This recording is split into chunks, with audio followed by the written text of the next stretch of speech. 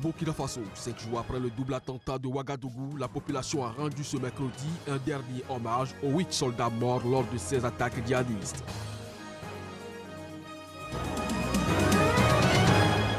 Au Niger, des étudiants ont assigné en justice les enseignants de l'université de Niamey en grève depuis fin février pour protester contre l'agression d'un donneur par des étudiants sur le campus.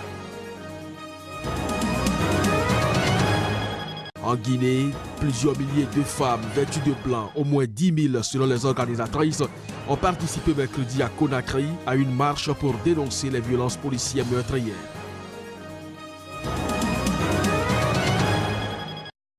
Mesdames, Messieurs, bonjour et bienvenue dans cette édition que nous ouvrons donc par le Burkina Faso où le peuple a rendu ce mercredi un dernier hommage aux 8 militaires tués 5 jours après le double attentat de Ouagadougou qui a fait aussi plus de 80 blessés. Les militaires ont été enterrés en martyrs au cimetière municipal de Ouagadougou. Claude Romba, notre correspondant sur place, nous fait vivre l'ambiance. Fouille systématique à l'entrée du cimetière municipal de Goungé à Ouagadougou, signe que la psychose est encore présente dans la capitale, 5 jours après les attentats du 2 mars dernier. Malgré le soleil de plomb et la canicule qui avoisinait les 40 degrés, le peuple burkinabé est sorti nombreux pour rendre hommage aux 8 soldats tués lors de la double attaque de l'ambassade de France et du siège de l'état-major des armées. Un à un, les cercueils recouverts du drapeau national sont exposés devant l'assistance pour un ultime hommage. Sous-officiers, militaires du rang, des jeunes qui avaient à peine 18 mois de service sont tombés. Mais c'est ça aussi notre engagement. C'est ça notre engagement, de défendre notre pays autant que nous pouvons. Les 8 soldats morts sur le champ d'honneur pour la défense de la patrie ont été décorés de la médaille d'honneur.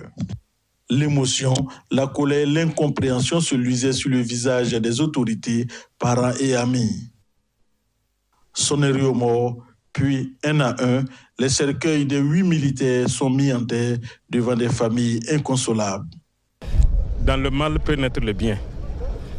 Parce que nous venons de voir que peut-être la nation burkinabé est née après ce choc. Quand on voit ce qui se passe, la mobilisation qu'il y a, je crois que quelque chose vient de se passer et que le peuple burkinabé, au contraire, va se retrouver pour faire face à son destin. Je crois que ce qui nous tue pas tous nous rend forts. Pour le maire de la capitale, Ouagadougou, dans cette guerre asymétrique injustement imposée au Burkina et au reste du monde, il faut donner une réponse stratégique et énergique et surtout ne pas céder à la psychose. En Guinée, cette fois, plusieurs milliers de femmes vêtues de blanc, au moins 10 000 selon les organisatrices, ont participé mercredi à Conakry à une marche pour dénoncer les violences policières meurtrières lors des manifestations politiques en Guinée. Ces manifestantes répondaient à l'appel des femmes du principal parti de l'opposition, l'UFDG, qui contestent toujours les résultats des dernières élections locales du 4 avril dernier. Vêtues de blanc couleur du deuil et portant pour certaines un foulard rouge sur la tête pour marquer leur détermination, les manifestantes sont parties en cortège du rond-point Amdalaï Concasseur dans la banlieue de la capitale Conakry pour atterrir dans le quartier de Bambeto, quelques 3 km plus loin. À travers cette marche, elles dénonçaient les violences policières meurtrières lors des manifestations politiques en Guinée. La Guinée est confrontée depuis un mois à des manifestations qui ont fait au moins une douzaine de morts, dont certains tombés sous les balles des forces de l'ordre. Ces manifestations sont liées aux élections locales du 4 février dernier, dont les résultats sont contestés par l'UFDG, à un conflit dans l'enseignement qui dure depuis début février et à un appel à la grève générale lancé par un puissant syndicat qui avait fait de Conakry une ville morte le 26 février dernier. Les organisateurs ont évalué à environ 10 000 le nombre de participantes à cette manifestation.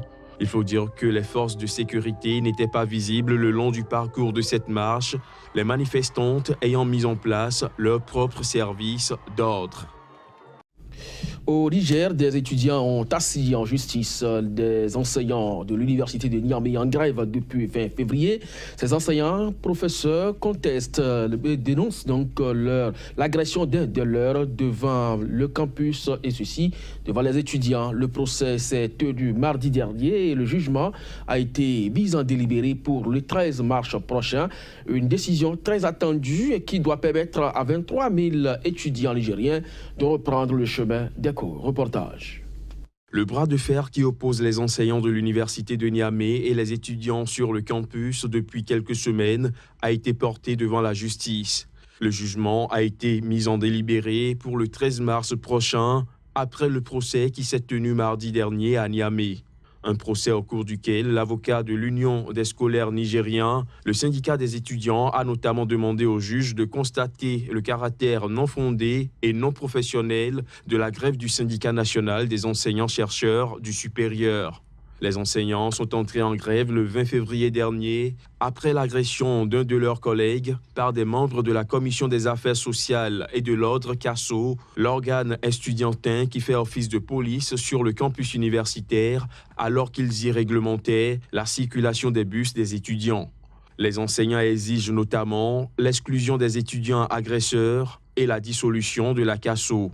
Lundi dernier, le syndicat des enseignants a annoncé dans un communiqué la poursuite de son mouvement de façon indéterminée, affirmant n'avoir obtenu aucune réponse satisfaisante à ses exigences en dépit de plusieurs rencontres avec les autorités nigériennes. En Zambie, le leader du parti d'opposition, le National Democratic Congress, Chisimba Kambuli, a comparu ce mardi devant un tribunal de Lusaka.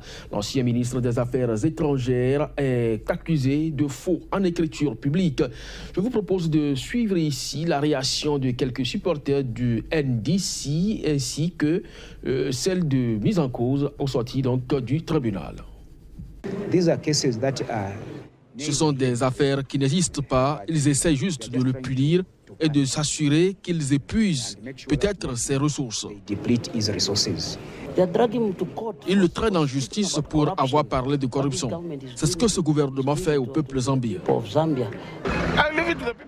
Je vais laisser au peuple zambien le soin de juger si je suis traité de façon juste ou pas. Mais je pense que dans l'ensemble, nous ne parlons pas des affaires qui sont devant les tribunaux. J'en parlerai quand ce sera terminé.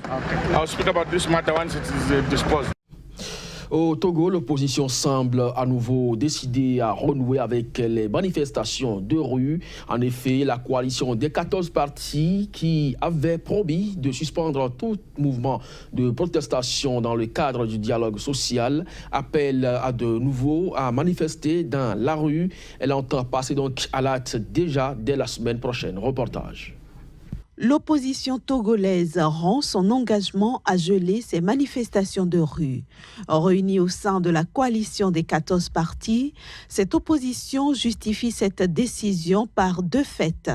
Tout d'abord, le passage à tabac des populations de Kwaratao, village natal du leader du PNP, par des militaires dans la nuit du 24 au 25 février dernier. Ensuite, la nomination des présidents des commissions électorales locales indépendantes qui, selon l'opposition, montre la volonté des gouvernants togolais de continuer à conduire de manière solitaire et unilatérale le processus électoral, malgré la demande contraire émise par le dialogue. Toute chose qui, aux yeux de la coalition des 14 partis de l'opposition, constitue une rupture flagrante et inacceptable avec les engagements pris dans le cadre des mesures d'apaisement, raison pour laquelle elle appelle à 4 jours de manifestation la semaine prochaine.